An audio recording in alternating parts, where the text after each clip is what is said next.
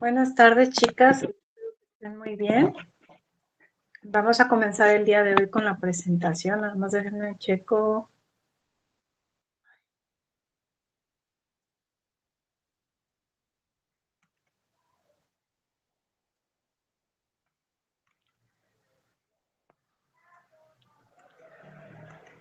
Probando, probando.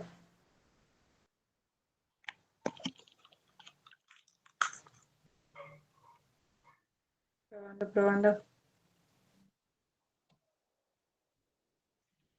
Probando, probando. No me escucho.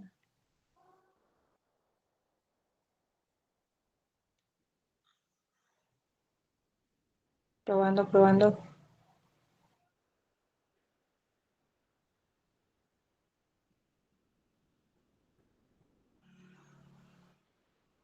Probando, probando.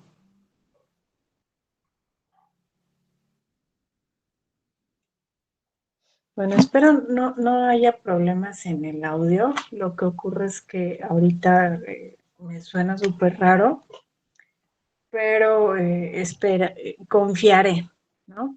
Entonces, el día de hoy vamos a revisar lo que es el sistema óseo en forma, pues, un tanto general. Es decir, ahorita no vamos a puntualizar sobre lo que es patología o por el estilo.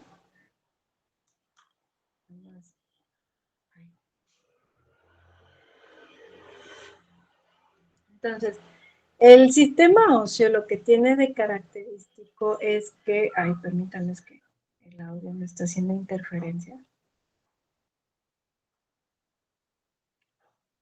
Probando, probando.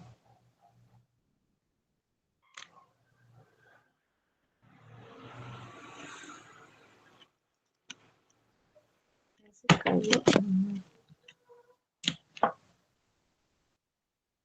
Probando, probando. Ay, qué feo se escucha. No lo puedo callar. Probando, probando.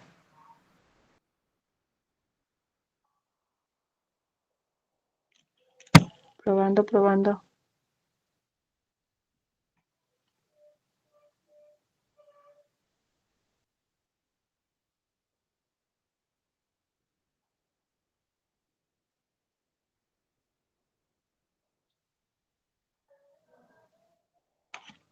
Probando, probando.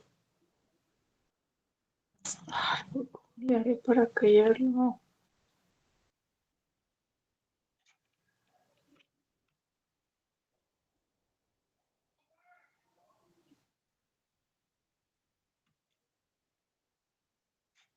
Probando, probando.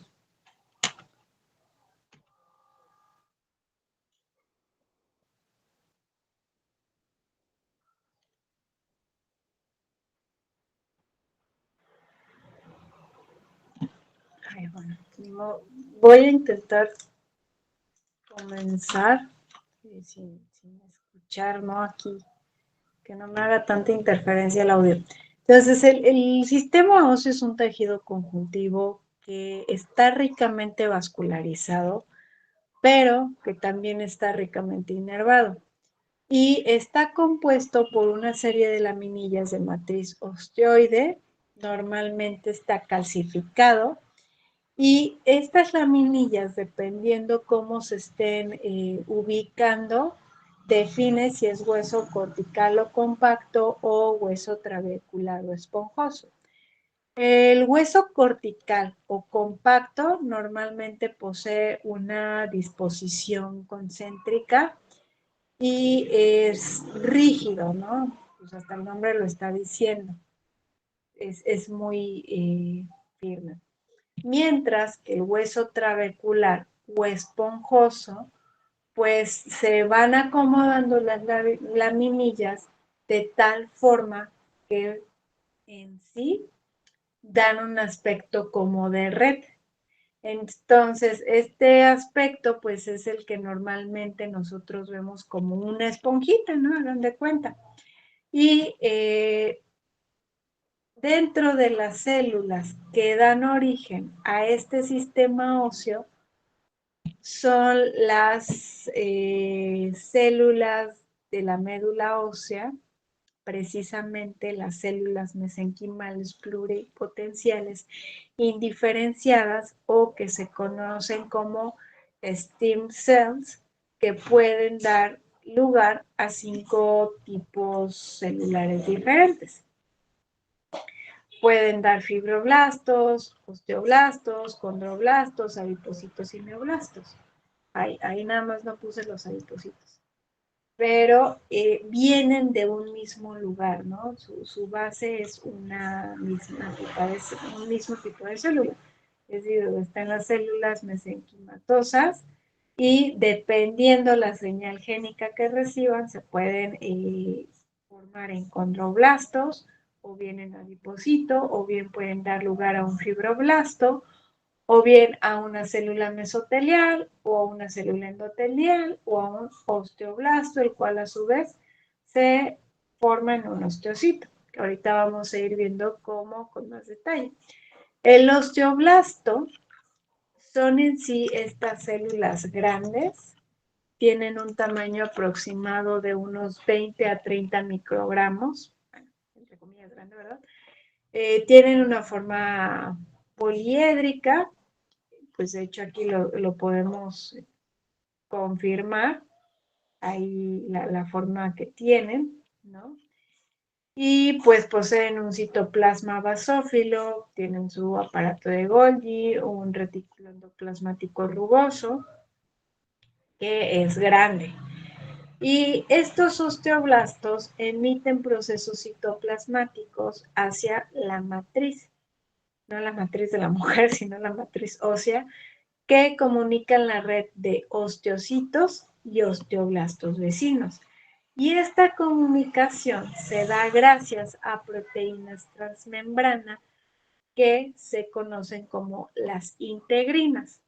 Estas actúan de enlace entre células o bien entre célula y matriz y da lugar a que pasen mensajeros, como es el caso del calcio, citoquinas, prostaglandinas, entre otros.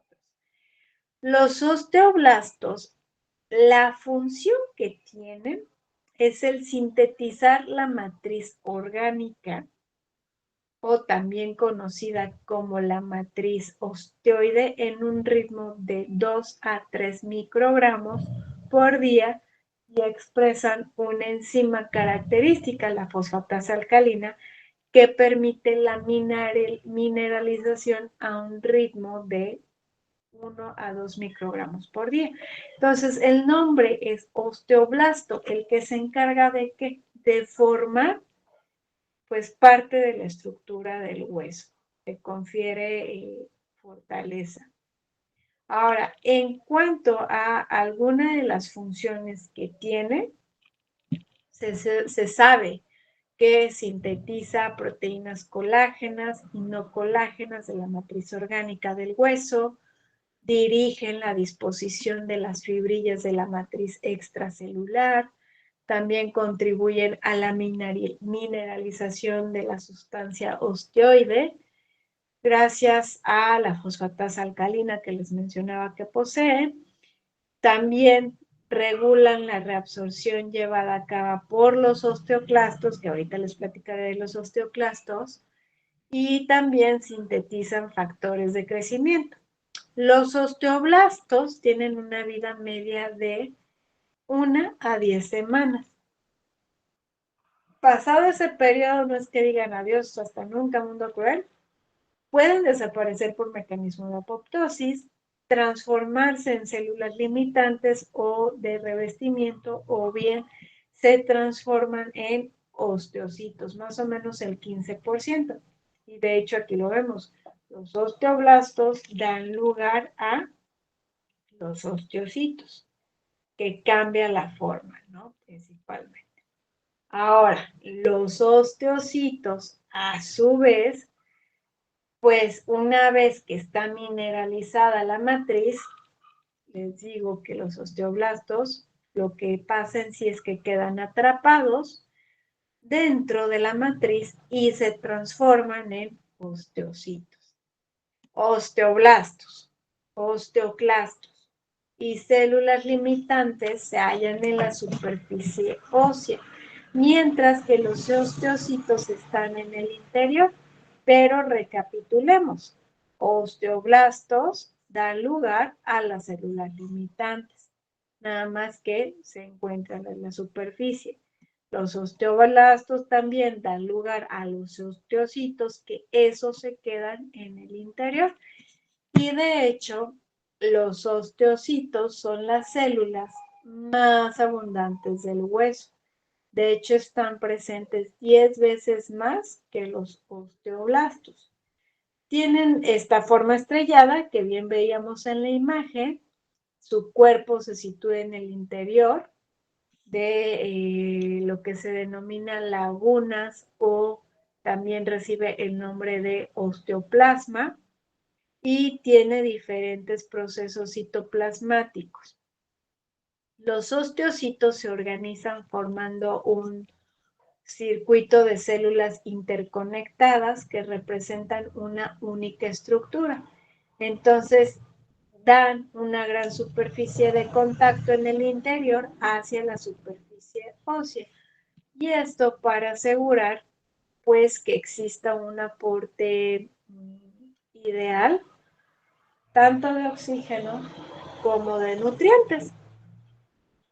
Ahora, aquí es bien interesante porque sea cual sea la razón, pero si se genera un trauma en el hueso, el cese de la circulación sanguínea origina hipoxia, ¿no? Pues obviamente no hay sangre y hipoxia, y lleva a la necrosis de los osteocitos que estén a más de 0.1 milímetros de un capilar intacto.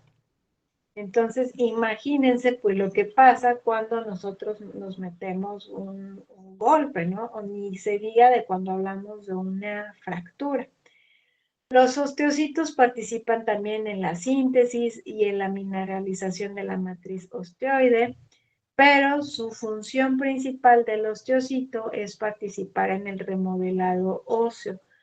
¿Por qué? Porque van detectando las variaciones de las cargas, mismo que se conoce como un fenómeno de mecanotransducción. Y pues ya en la línea final del ciclo de vida del osteocito, por así decirlo, ¿no? Ya estos pues realmente son incapaces de renovarse. Entonces estos ya pasan por apoptosis y ellos sí dicen, adiós mundo cruel, ¿no? Yo ya cumplí aquí mi función. Ahora, el osteoclasto, que de hecho aquí luego les da risa a algunas personas, pero asocian el clash, clash, clash. Piensen en cuando golpean algo, ¿no? Porque los osteoclastos son las células encargadas de la reabsorción de del calcio, ¿no? Entonces, estos como base vienen de las células madre hematopoyéticas medulares, que se conocen como unidades formadoras de colonias de granulocitos y macrófagos, y son unas células grandes multinucleadas, tienen muchas mitocondrias y vacuolas, contienen fosfatasa ácida tártaro resistente, que es importante porque participa en lo que es la desfosforilación de las proteínas. Entonces, tienen dos especializaciones los osteoclastos. Un borde en cepillo, que es donde ocurre la reabsorción, y tienen una zona clara que es rica en microfilamentos, tiene integrinas que sirven de anclaje en la matriz. Entonces, lo que ocurre es que los osteoclastos se movilizan a la zona donde se va a reabsorber, ¿no? Y se adhieren a la superficie ósea mineralizada. Entonces, pues sellan, ¿no? Estos bordes gracias a las integrinas. Entonces, en ese sitio, el pH que alcanza es más bien ácido, y esto principalmente para que se origine la reabsorción del hueso porque se solubiliza la matriz orgánica y posteriormente la matriz mineral. Entonces, respecto a la osteoclastogénesis, pues se sabe que los osteoblastos son fundamentales para la formación de osteoclastos. Ojo aquí, a lo mejor vendrían algunas dudas como, bueno, pero pues los osteoclastos entonces son malos, ¿no? No, realmente recordemos que el hueso siempre va a tener un proceso de remodelado. El problema que ocurre es que a veces, pues la formación, ¿no? El trabajo de los osteoblastos es poquito, pero constante. Sin embargo, en algunos puntos puede ocurrir deformidad en la microarquitectura del hueso, lo cual sobre todo ocurre en etapas posteriores de la vida, y estos problemas de la microarquitectura dan lugar a que exista ciertos sitios donde existe mayor probabilidad de fractura, ¿no? Realmente. Ambos son necesarios, reitero, no es que uno sea mejor que el otro, uno cumple funciones diferentes al otro. En cuanto a la matriz orgánica, que ahorita les estaba diciendo que el osteoclasto pues solubiliza la matriz orgánica primero y luego la mineral, pues aquí vamos a revisar qué es la matriz orgánica. Está formada principalmente por proteínas, de las cuales destacamos el colágeno. Entonces, se debe de considerar a la matriz mineralizada como algo más que un reservorio de calcio y de fósforo. ¿Por qué? Porque constituye una reserva de proteínas que participan en la regulación y en la diferenciación celular, así como en la integridad y la función del tejido óseo. Entonces, el colágeno, pues hay dos tipos de colágeno, tipo 1 y tipo, bueno, las principales es la tipo 1, pero también está la tipo 4. La tipo 1 es más o menos el 95% para que se den idea, y el colágeno representa el 90% de la matriz. No solo posee colágeno, característicamente tiene aminoácidos, la lisina y la prolina, pero en forma de hidroxilisina e hidroxiprolina. ¿Por qué? Porque las fibras de colágeno normalmente se estabilizan gracias a puentes de hidrógeno entre los aminoácidos y gracias a la formación de fuentes de piridinolina. Entonces, son importantes, pero el colágeno realmente no es tan afín al calcio, por lo que es importante que entren otras proteínas, las cuales son proteínas no colágenas. Entre ellas podemos destacar a los proteoglicanos, como bien podemos ver, aquí más o menos representan el 10% de las proteínas no colágenas. Tienen un tamaño grande y tienen 4 tipos de proteoglicanos: el hialuronano, el condroitin sulfato, que de hecho, pequeño comercial, el condroitin sulfato, pues por ejemplo, en personas que tienen problemas en en huesos, ¿no? Problemas de osteopenia, osteoporosis, y además que tienen problemas de articulación, pues es lo que normalmente se les manda, el condroitin. Son moléculas grandes y que de hecho intervienen en las etapas iniciales de la morfogénesis ósea, por eso les estaba diciendo.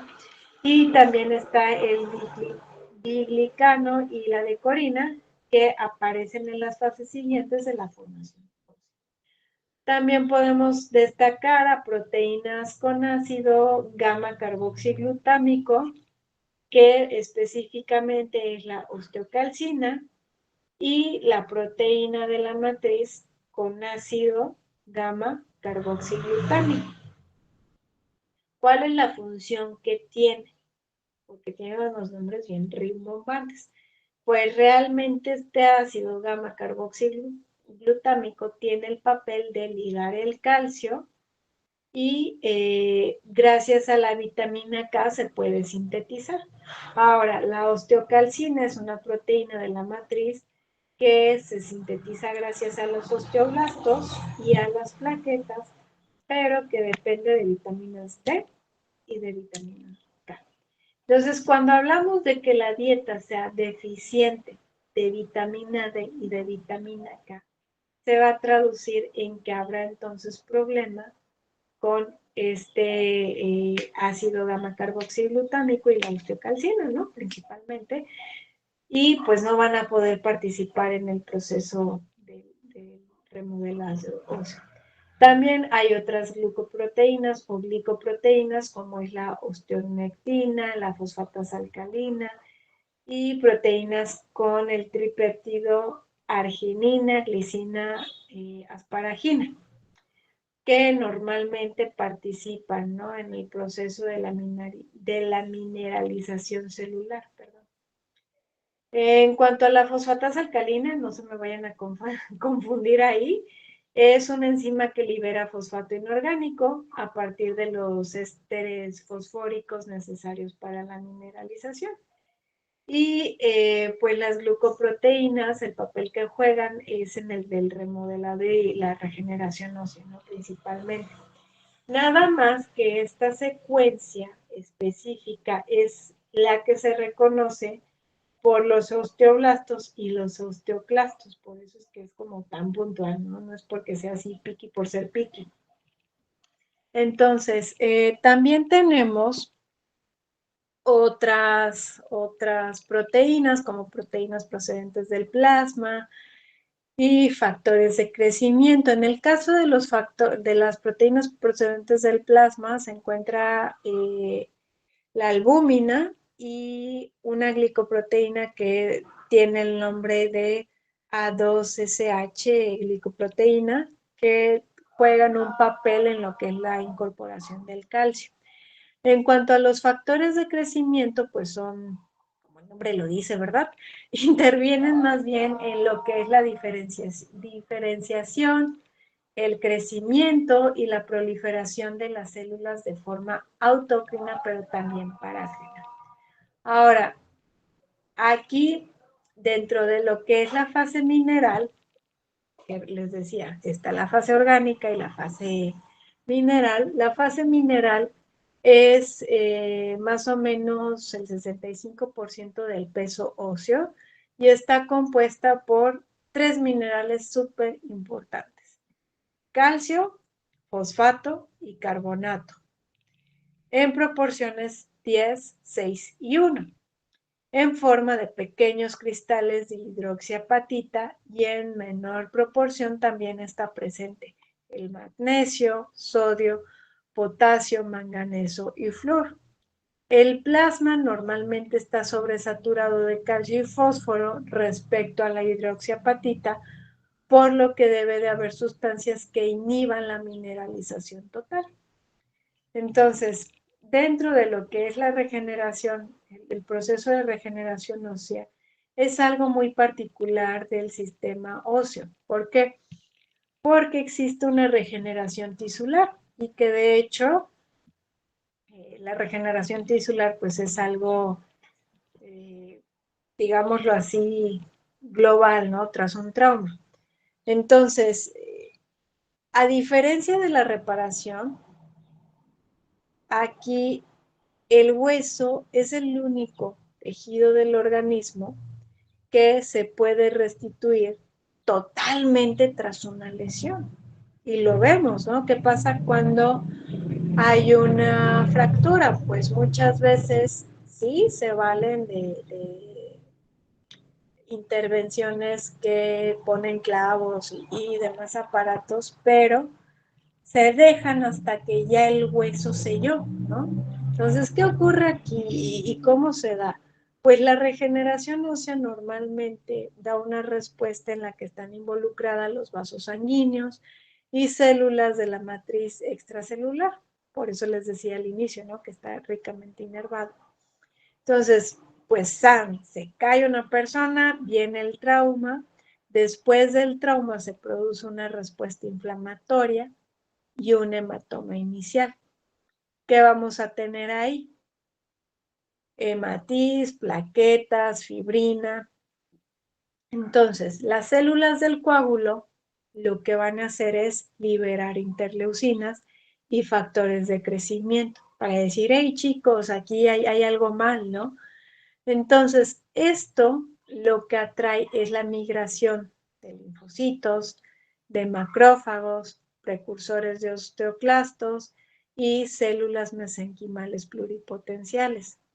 Entonces, pues gracias a las señales de las interleucinas y de los factores de crecimiento, promueven la diferenciación hacia células endoteliales, fibroblastos, condroblastos y osteoblastos. Entonces, esto da lugar a que se genere nuevo tejido fibrovascular que reemplazará, el coágulo inicial.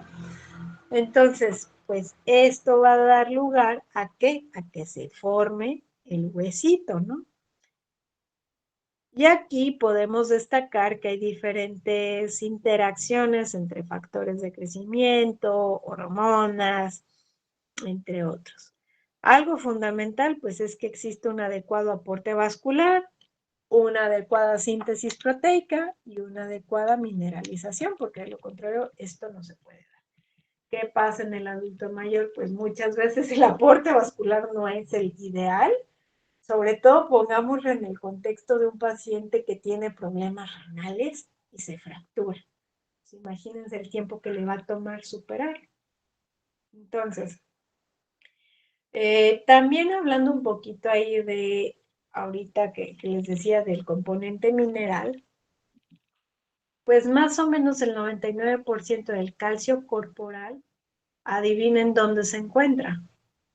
Principalmente está en el tejido óseo, sobre todo en los cristales de hidroxiapatita, mientras el 1% restante está intercambiándose con el calcio extracelular.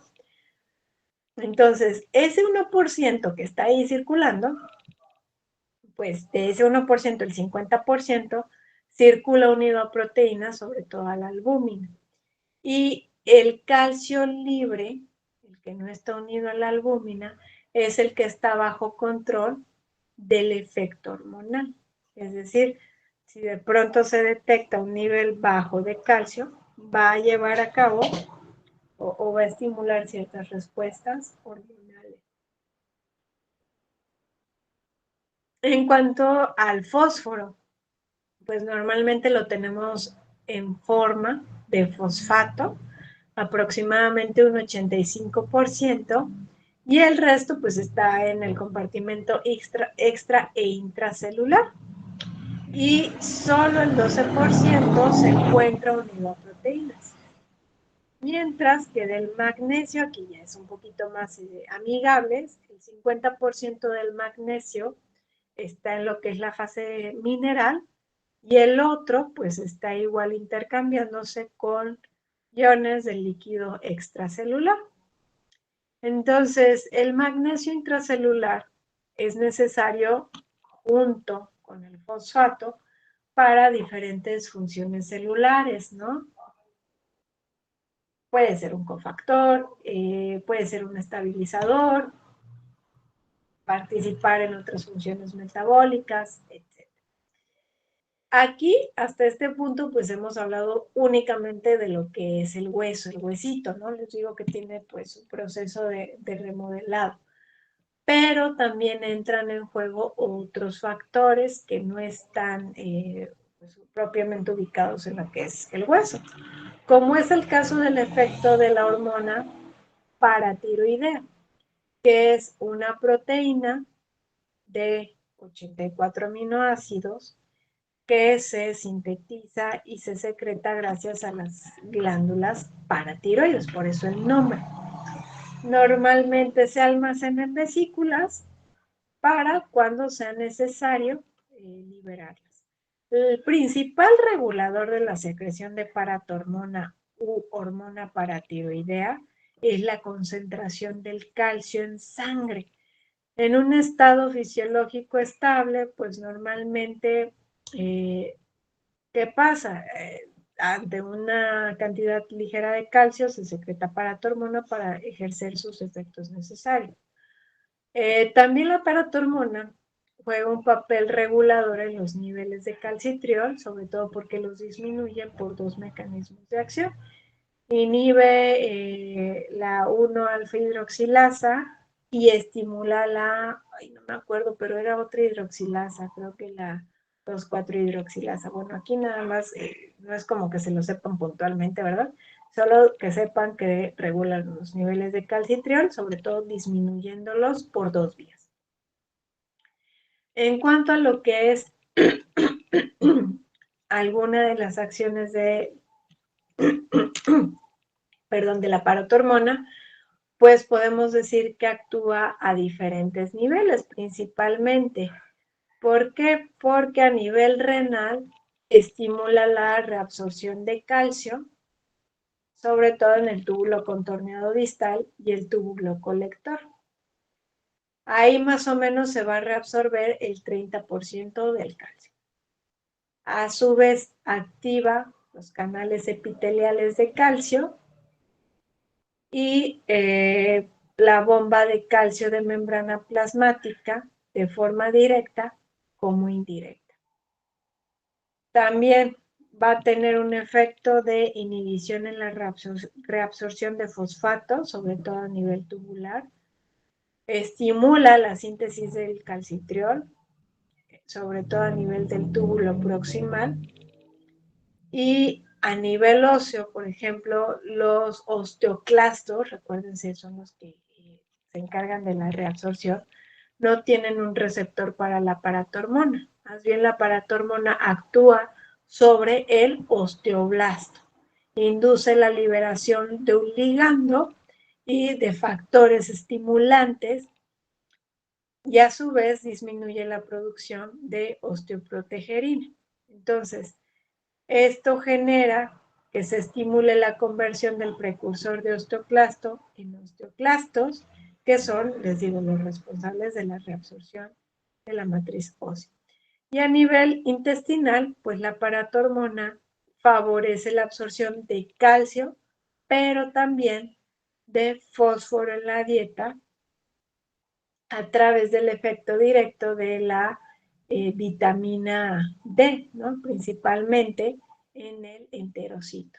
Lo que nos lleva a hablar de la vitamina D, que sabemos que lo que encontramos, la vitamina D tiene múltiples formas, pero la fuente principal de vitamina D es por síntesis cutánea, tras la exposición solar, y que pues la incidencia de la radiación de los rayos ultravioletas solares sobre la piel transforma el 7-deshidrocolesterol en provitamina D, la cual viaja, ¿no?, a lo que es el hígado, entonces se va a transformar para posteriormente ser transformada de nueva cuenta en riñón, ¿no? Y tiene una vida media de 2 a 3 semanas. Entonces, sobre todo aquí recordar que en el túbulo contorneado proximal renal es donde se activa y ahí tiene una vida media más cortita, de 6 a 8 horas. Entonces, principalmente la vitamina D tiene diferentes niveles de actuación, o ¿cómo decirlo? Pues tiene diferentes efectos, ¿no? Por ejemplo, en el intestino es responsable del aumento en la absorción de calcio. También incrementa la expresión de ciertos receptores que se va a traducir en que el más calcio. En lo que es el hueso, induce a la síntesis de osteocalcina y sobre todo en individuos que poseen un balance negativo de calcio, promueve el aumento de pirofosfato y entonces permite la salida de calcio del hueso a la circulación. En el riñón, sobre todo, pues lo que va a hacer es aumentar la reabsorción de calcio en el túbulo contorneado distal y colector. Y en la célula paratiroidea disminuye la transcripción del gen de la paratormona.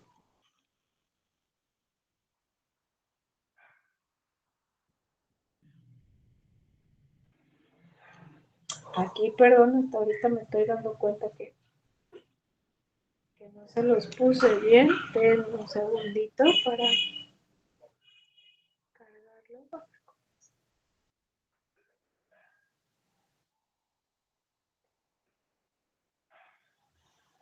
¿Y cómo le cambio?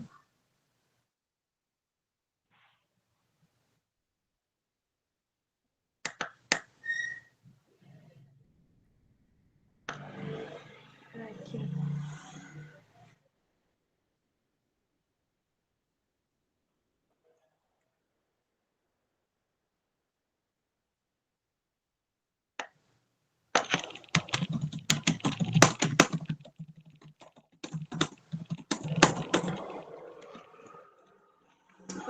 Ahora sí, para que no se las carguen mal esta presentación. Ahora, por último, tenemos el factor de crecimiento fibroblástico. El factor de crecimiento fibroblástico es una proteína, como el nombre lo dice, va a estimular la diferenciación, el crecimiento, ¿no? Y se secreta gracias a las células óseas, principalmente, adivinen quién, pues el osteoblasto, ¿no? Entonces, el papel que juega este factor de crecimiento es en cuanto a regular el metabolismo del fósforo.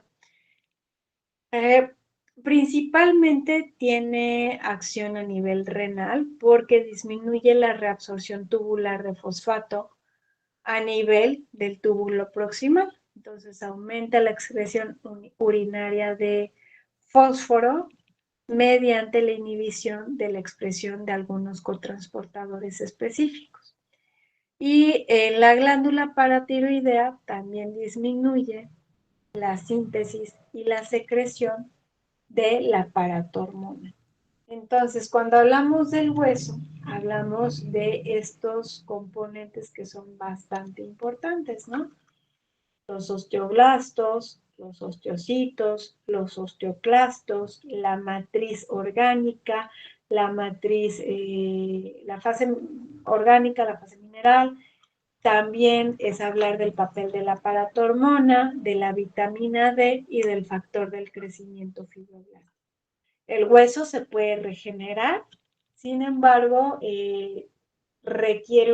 tiene una serie de requisitos, ¿no? Para que esto se pueda dar y sea exitoso.